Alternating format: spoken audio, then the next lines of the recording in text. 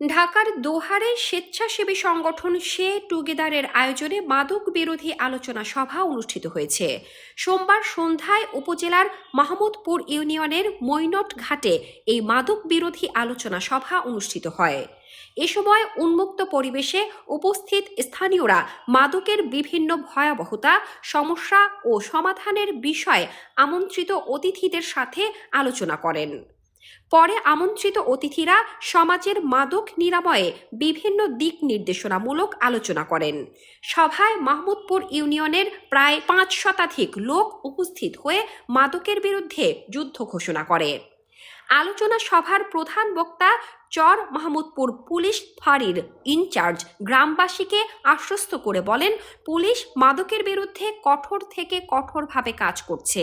কোনো পুলিশ সদস্য যদি কোনো মাদক সেবী বা ব্যবসায়ীকে ধরে ছেড়ে দেয়, এমন কোনো প্রমাণ থাকে, তাহলে সেই পুলিশ সদস্যের বিরুদ্ধেও ব্যবস্থা গ্রহণ করা হবে।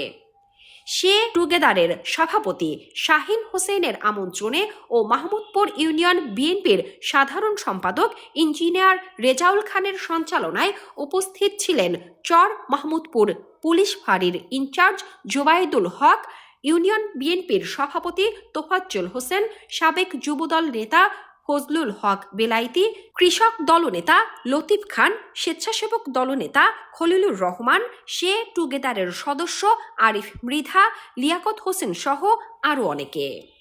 জনগণ সকল ক্ষমতার উৎস, আপনারা আমাদের পাশে থাকুন, আমরা এগিয়ে যাব। আমরা আজকে মাদক নিয়ে শুধু কথা বলছি। মাদকের চেয়েও একটা ভয়াবহ নেশা আছে, আপনারা জানেন কিনা, যেটা হলো অনলাইনে জুয়া, যা আপনাদের দোহাকে ধ্বংস করে দিচ্ছে।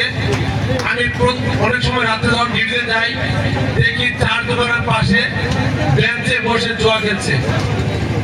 আমি যদি আপনাকে ধরতে যাই, অনলাইন জুয়াটা ছোট, কারণ অনলাইন জুয়া যখন আমি ধরবো, তার মোবাইলে যখন হ্যাক করে দিবে, আমি তাকে ধরতে পারবো না।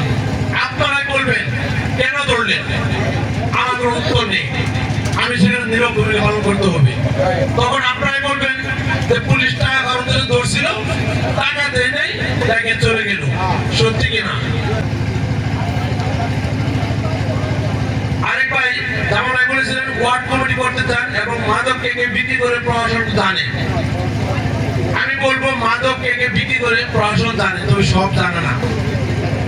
আজকে গত বছর আমি 2026 সালের কথা বলি, জানুয়ারি মাসে আমি আমার বাড়ি থেকে আমি নিজে 5টা এবং স্বামীর 2টা, আমরা 6টা মামলা দিয়েছি। আজকে 15 তারিখ 16 তারিখ, আজকে আমরা 3টা, আজ পর্যন্ত 3টা মামলা হয়েছে। আরেকবার বলেছিলেন যে কালকে একটা লোককে ধরেছে, কিছুক্ষণ পরে দেখি যে ছেড়ে দিয়েছে। আমি বলবো কালকে তাকে ধরেছিল, তার নাম হলো কনক, তার বিরুদ্ধে একটা নিয়মিত মামলা হয়েছে।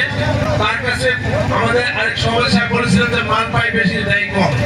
তার কাছে 50 পিস বড়ি পাইছে, 50 বিষয় মামলা হয়েছে, সেটা আমি আয়ু তাই করে পাঠানো হয়েছে। যদি দেখতে চান, আমার কাছে বর্ডিং সহ আছে। বিট্টু সর্দার ভাই বলেছিলেন প্রশাসন সামলাতে বলেছেন। আমি বলবো যে আমি যতদিন এখানে আসি এবং যদি আল্লাহ পাক আমার যেটা রিজিক দিয়ে গেছে, আমি একটু ক্ষমা চেয়ে নিচ্ছি। আমার চেয়ে অনেক 20 জন ব্যক্তিরা এখানে আছেন। আজকে আমি ইউনিফর্মের জন্যই আপনাদের সামনে কথা বলার সুযোগ পেয়েছি, আমার ব্যক্তিদের জন্য না। আজকে আপনাদের দোয়া, আল্লাহর রহমতে আমি ইউনিফর্মটা পেয়েছি বিদায় আমি আপনাদের সামনে কথা বলার সুযোগ পেয়েছি। আমি আমার ইউনিফর্মের কসম নিয়ে বলতে পারি, আমি মাদকের সাথে কোনো আপোষ করি না এবং করব না। আপনারা আমাকে শুধু মাদক নয়, অন্যায়ের বিরুদ্ধে যে কোনো তথ্য দিবেন, ইনশাআল্লাহ আমি আল্লাহর উপর ভার রেখে বলছি, আপনাদের তথ্য গোপন থাকবে।